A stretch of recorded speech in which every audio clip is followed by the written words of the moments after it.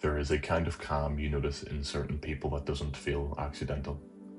It shows up when plans collapse, when conversations turn difficult, or when everything is uncertain and most people would normally tighten up or react too quickly. It isn't that those people feel less, it's that they have trained themselves not to be ruled by every feeling that passes through them.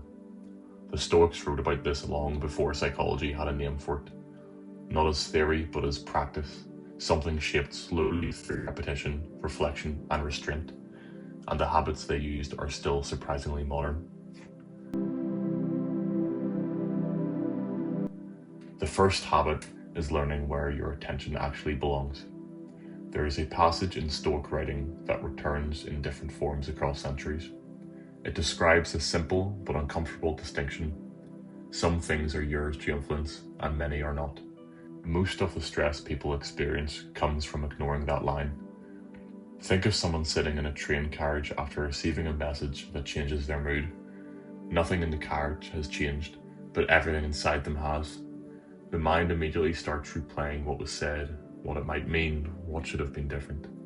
The Stoics would describe that moment as a kind of confusion, not emotional weakness, but misdirected attention.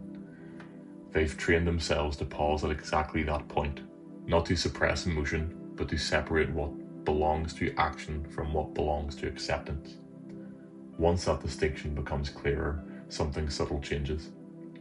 Life does not become easier, but it becomes less internally crowded. The second habit is reinterpreting difficulty instead of resisting it. Marcus Aurelius wrote to himself during moments of immense pressure, military campaigns, political instability, and personal loss. What stands out in his reflection is not optimism, but reframing. He repeatedly returns to the idea that obstacles are not interruptions to a good life, but material for it. There is a quiet realism in this. Nothing about difficulty is romantic, but the Stoic position is that hardship always produces information about character, even if it is not welcomed. Consider someone working through a project that keeps falling in small, frustrating ways. The natural response is to see each setback as friction against progress. The Stoic reading is different. Each failure reveals something the mind has not yet adapted to. The event itself does not change. What changes is whether it is treated as obstruction or instruction. This is not about forcing positivity. It is about refusing to let difficulty remain meaningless. The third habit is reflection without performance. The Stoics did something that resembles journaling, but without the modern sense of productivity attached to it. At the end of the day, they would review their actions internally, almost like a quiet audit of the mind.